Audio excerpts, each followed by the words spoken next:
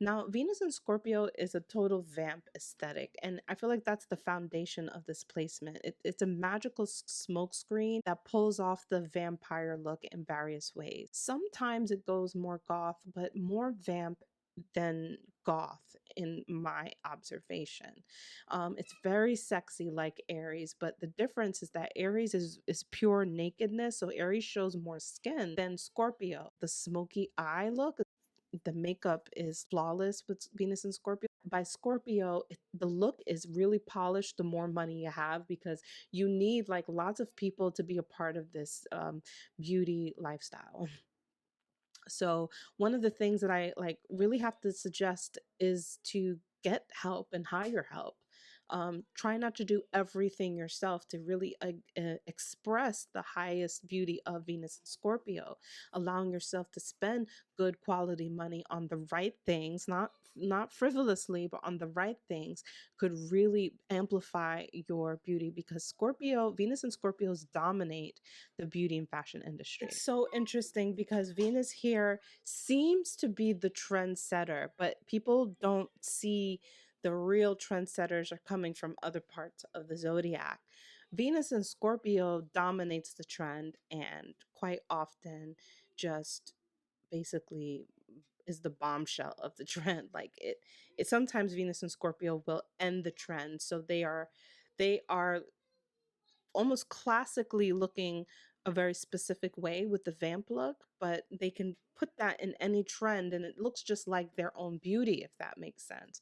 And it's wild because you'll see that, everybody wants to look like them, but they aren't really the ones to follow. They're really following a lot of other people, but just dominating that. And that's because of this synergy that they have with their own talents and other people's talents. And so there's just like this exclusive power that nobody can really put a finger on how they get there. But when you look really close, you'll see that it's based off of incredible opulence and luxury. And it's coming from Scorpio's counterpart, which is Venus's actual home in Taurus.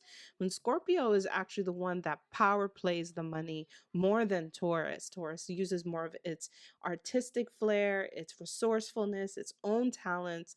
By the time we get to Scorpio, like I've said, through the fixed natures, it's a conglomeration of everything, and it's so hard to really describe the power that is happening behind a Venus and Scorpio.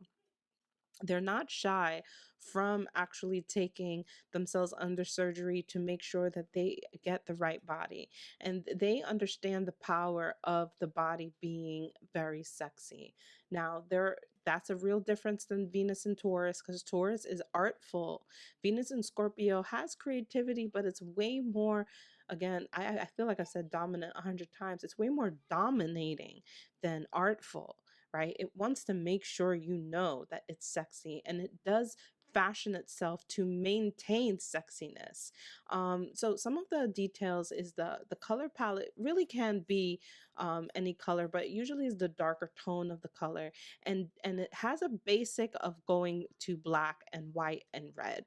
And specifically the darker tones of red, like wine and burgundy colors of those, because Venus and Scorpio, being a more darker energy, wants to evoke as close to black as possible. And you'll see that when they have other colors, that they need to combine it with black to kind of ground them back into that vamp energy of some sort. And of course, of course they'll go with, other colors. You're not going to stick just to black all the time, but even when it's like a different color, it just looks so vampy. For lack of a better word, right? So they have like these ideas behind them that are really, really sleek, chic. Everything always looks put together. Materials can be sheer and kind of weightless, but they also really incorporate thicker materials, similar to Capricorn. Capricorn also is one of the placements that goes for thicker materials. And Venus and Scorpio is similar to that, in which they'll take leathers.